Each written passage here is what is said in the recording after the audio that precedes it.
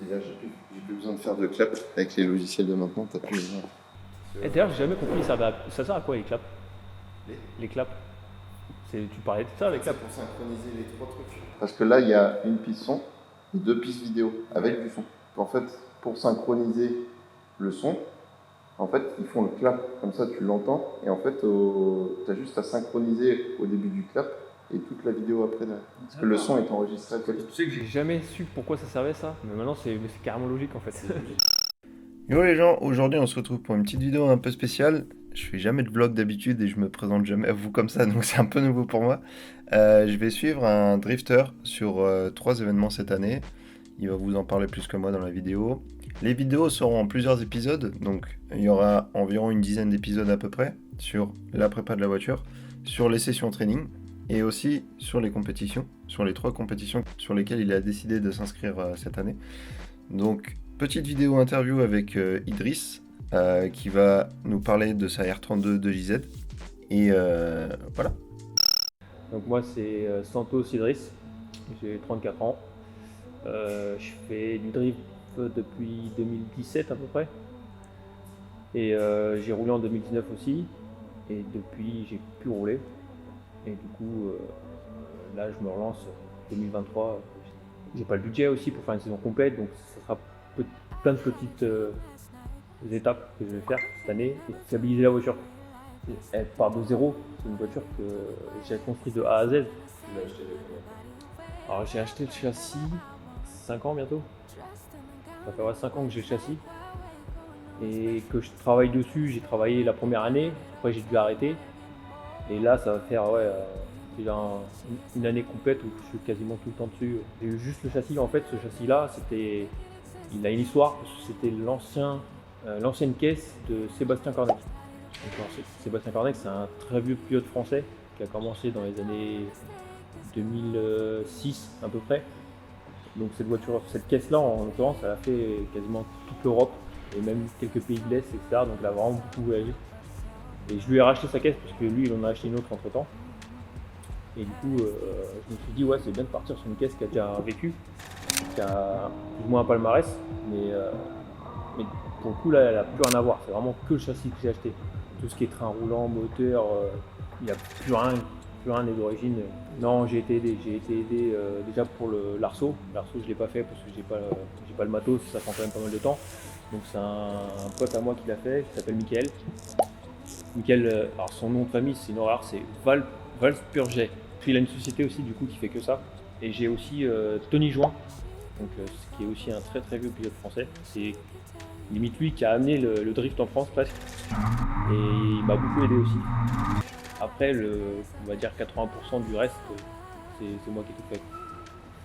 Alors cette année, comme je disais tout à l'heure, ce sera que certains rounds. Donc je me suis inscrit là pour le championnat de France en wildcard à Croix-en-Ternois. Donc je ne saurai que à la fin du mois si j'ai été retenu ou pas. Donc il y a celle-là que je voudrais faire. Il y a une manche aussi du drifting qui sera à l'Anneau du Rhin, qui est le week-end d'après le championnat de France. Et j'ai aussi en tête de partir au Portugal, faire une manche du championnat portugais qui sera en juillet. Donc ça, c'est vraiment les 3 manches que je veux absolument faire.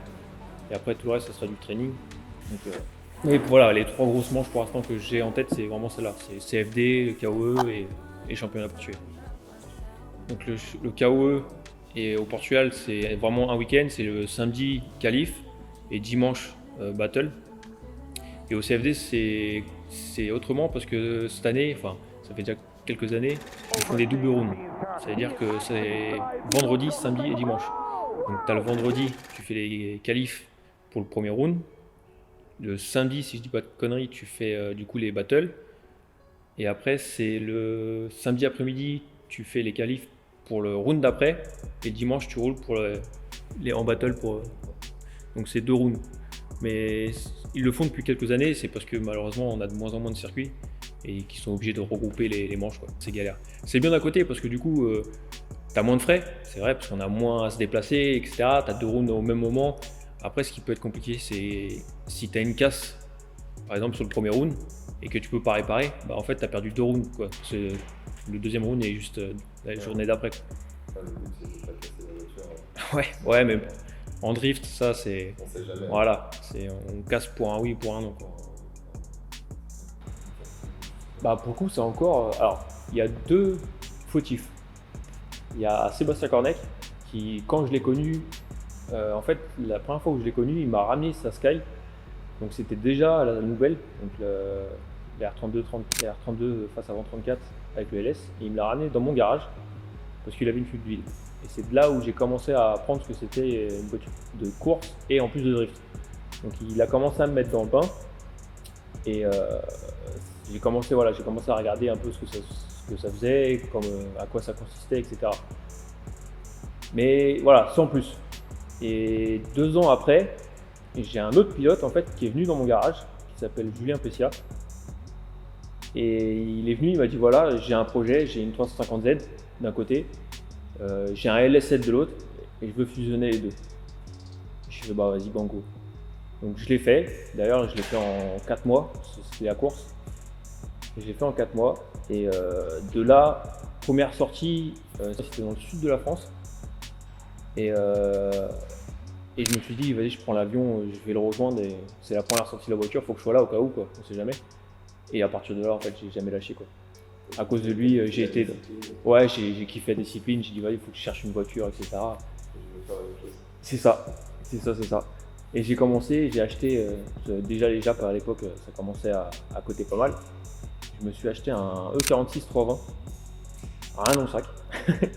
Mais pour commencer, franchement, j'allais sur les sessions en piste arrosée. Et déjà pour se faire la main, pour commencer à avoir les bases, etc., c'était le top. Franchement, c'était le top et ça m'a pas mal aidé.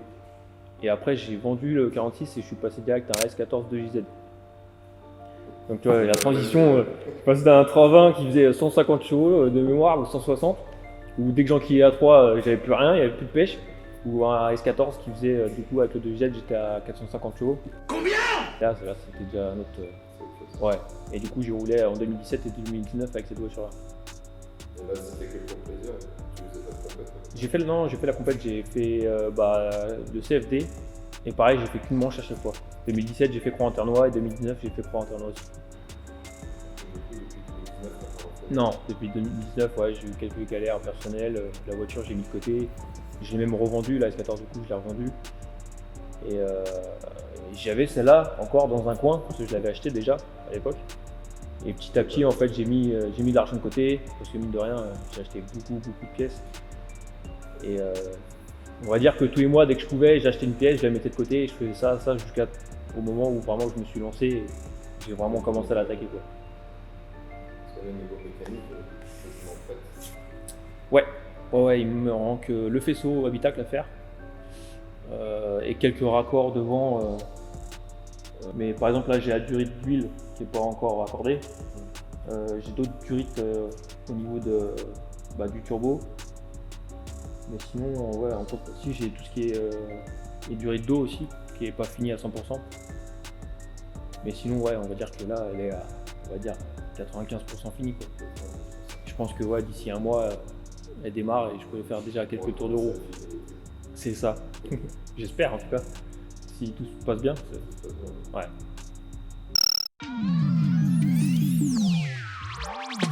Du coup, on passe sur la présentation. Ouais. Allez, c'est parti.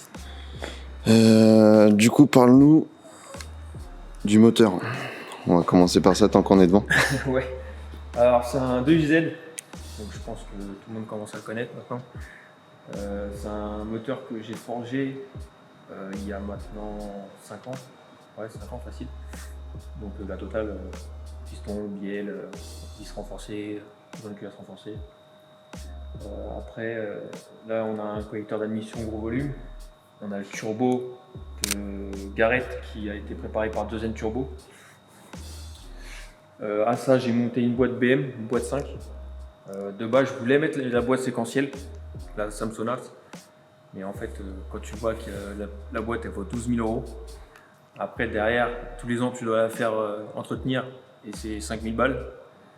C'est pas le même tarif. BM, je vais casser avant d'arriver à ça. Dit non, oui, puis en plus, en général, elles acceptent quand même pas mal de couples, les boîtes BM. Donc, c'est ça, c'est ça. T'as de quoi faire. J'ai acheté 4 boîtes d'avance et ça m'a coûté 500 € les 4.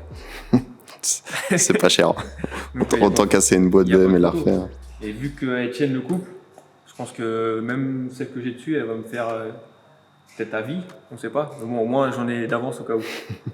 Mais bon, on est loin du prix du Samsonite, quoi. On peut passer sur le kit. Ouais, donc du coup c'est un kit carrosserie Pandem. Donc pareil, je pense que maintenant Tout le monde le tout le connaît. monde le connaît. Je pense que je suis le seul à l'avoir en France. Sur une 32 en tout cas. Ouais. Je sais qu'il en existe sur d'autres caisses. J'en ai vu une au Japfest l'année dernière, mais en France, j'ai pas souvenir d'en avoir vu. Je pense pas non plus. Ouais. Et pourquoi le kit Pandem en particulier? Parce qu'il y a d'autres kits qui sont. C'est celui-là que je trouve le plus fat. Ouais. C'est quand tu vois le cul, il est énorme. Et c'est vraiment ce que je kiffais. Et pour une caisse de drift, je pense qu'il n'y a pas mieux. Il n'y a pas mieux. Ouais. Bah, de toute façon, vu que tu élargis de partout, au moins tu peux mettre tout ce que tu veux en termes de train. Bah, et c'est aussi mon choix parce qu'en fait, je suis en train roulant fat. Et ça élargit la caisse de fou. Ça se voit, ouais. C'est le kit qui allait le mieux avec les trains roulants, quoi. Parce que le problème, c'est qu'avec ce kit-là, il y en a beaucoup qui mettent des extensions d'ailes un peu, tu sais, les trucs universels, tu vois. Et je trouvais pas ça super esthétique. Donc je me suis dit, ouais, faut que je parte sur vraiment un kit super large. Et je suis tombé sur le fat, là sur le fat, sur le Pandem. Pandem. Et je me suis dit, putain, il n'y a pas mieux. Tant qu'à faire. Ah, non. Ok. La caisse, moi j'ai acheté vraiment le châssis, donc déjà quand je l'ai acheté il n'y avait rien. Il y avait vraiment juste pour les portes, les capots, les ailes d'origine, et sinon j'avais rien d'autre. Donc moi je l'ai complètement mis à poil. Pareil c'est une Sky, donc normalement c'est une RHG que j'ai passé à l'HD. Donc là du coup j'ai pris un tablier de S14 et il se fit quasiment en lieu et place sur une 32. Parce que c'est quasiment les mêmes années, donc ça allait super bien. Ça, du coup, l'arceau, donc comme je disais tout à l'heure, c'est Mickaël qui me l'a fait. Après, tout ce qui est intérieur, ouais, c'est une conception de ma tête. C'est-à-dire que j'ai fait une console centrale, donc vraiment de A à Z, que je trouvais, je sais pas, je trouvais ça pas mal de créer une console au lieu de garder celle d'origine, enfin les passages d'origine. Alors, c'est vrai que ça rajoute du poids. Mais je t'avoue que moi, je suis pas à la recherche. C'est peut-être une erreur de ma part, hein, mais je suis pas à la recherche du moindre kilo. Je suis pas à dire ouais, plus c'est léger, mieux ça va être. Je suis pas dans cette optique-là.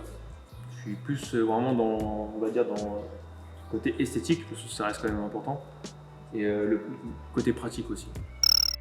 Du coup, là, il te reste quoi concrètement à faire sur la voiture pour l'instant? Finir l'intérieur déjà? Alors ouais, en fait, en soi l'intérieur il est fini, c'est juste tout ce qui est faisceau électrique. Donc en fait tout est enlevé, donc les sièges sont de côté, etc. Juste pour que je puisse faire le faisceau. Donc pour ceux qui font les faisceaux en général, ils savent que c'est long et chiant à faire. Donc plus j'ai de place pour passer les câbles, etc. Plus je fais. Mais ouais, en soi il me manque du coup tout ce qui est partie faisceau intérieur. Faisceau moteur c'est déjà fait.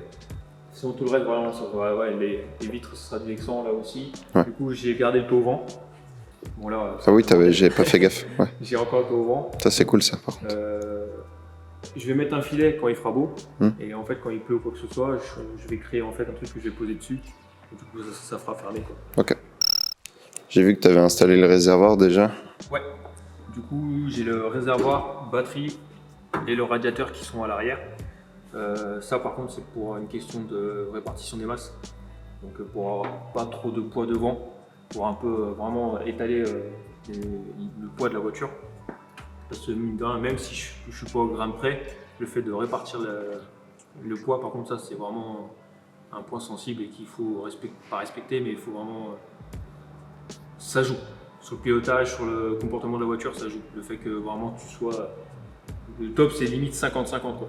Quoique en drift, moi je mettrais un peu plus de poids à l'arrière vraiment pour qu'elle grippe bien et un peu moins à l'avant. Et tu vas être à aller à 48 devant, 52 derrière. Donc, ça, t'as moyen de le mesurer ça? Enfin, il existe un truc pour le mesurer? Ouais. Je vais la peser, en fait c'est une pesée. En fait c'est des plateaux que tu mets aux 4 roues. Ça te pèse la voiture. Et comme total, ça il te dit le ratio. Et ça te donne en fait le ratio par roue. Et du coup après c'est un calcul à faire. D'accord. Du coup, les trains roulants, moi j'ai opté pour du fat. Donc je crois que c'est une marque polonaise. Elle est moins connue que Wisfab. Mais en fait, Alors le Wisfab c'est très bien, quasiment tout le monde met ça, c'est beaucoup plus léger et en fait moi ce que j'aimais pas trop dans le Wisfab c'est que c'est fragile, c'est super fragile. Donc et moi sur le FAT par contre, alors c'est beaucoup plus lourd, ça il n'y a pas photo, le FAT quand tu regardes les pièces c'est de la ferraille soudée entre elles, c'est un truc... C'est un truc mastoc. Mais en cas de choc c'est beaucoup plus résistant et j'ai envie de te dire c'est aussi moins cher par rapport au Wisfab. Et quand tu as un budget qui est assez limité, tu fais attention à ce genre de choses. On va dire que je croise les doigts pour que le FAT, quand il va taper, il va tenir beaucoup plus qu'un Wisfab. Je ne vais pas m'amuser à changer les trains roulants à chaque manche. Et derrière, j'ai aussi un pont Winter. Donc en gros, c'est un pont qui est utilisé en drag en général. Et ce qui est bien avec ce pont-là, c'est que tu as les rapports de conique qui sont à l'arrière. Et en fait, tu peux changer ton rapport de pont en 10 minutes. Tu as juste 2 pignons au cul à sortir, tu mets 2 autres pignons, ça te change ton rapport. Selon si tu as des pistes en fait, à circuit long ou court, en fait, tu as juste à changer ça te prend 10 minutes et du coup tu peux t'adapter en fait, à chaque piste. Et que là, avec le changement du pont, en fait, tu pourras t'adapter peu importe le circuit. Et en plus, vu que c'est un pont qui est à la base conçu pour le drag, avant qu'il casse celui-là, ouais, t'as tout faire. Je pense que j'aurais cassé toute la voiture avant que le pont il casse. Ici, ça reste ouvert, ce sera que ça. Ce sera que cette partie, et en fait, après là, du coup, il y aura le filet. Non, là, j'aurai juste le pare-brise, ici, il n'y a rien, ça sera ouvert, et j'aurai juste le coffre là, qui est sur le doigt. D'accord. Parce qu'après, ouais, t'as tout l'air qui va sur le radiateur, et du coup, qui est rebalancé direct. Quand tu roules, du coup, en fait, t'as l'air qui vient taper sur cette plaque-là. C'est pour ça que j'ai fait aussi des plaques ici, de chaque côté, pour vraiment que l'air, elle aille taper s'engouffrer là-dedans, dans le radiateur. Et voilà, la vidéo se termine, j'espère qu'elle vous aura plu. Ça fait vraiment bizarre d'être devant la caméra, c'est horrible. Bref, n'hésitez pas à suivre son compte Instagram que je vais afficher juste ici. Et tous les liens des partenaires seront affichés dans la description.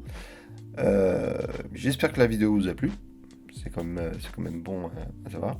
Si vous voulez nous suivre toute l'année avec Idriss sur YouTube, n'hésitez pas à vous abonner à la chaîne. Si vous voulez suivre un peu plus les détails un peu peut-être techniques, les photos et tout ça, toutes les modifs qu'il fait, tout sera affiché sur son Instagram, donc n'hésitez pas à le suivre sur son Insta. Et voilà, on se retrouve pour une prochaine vidéo.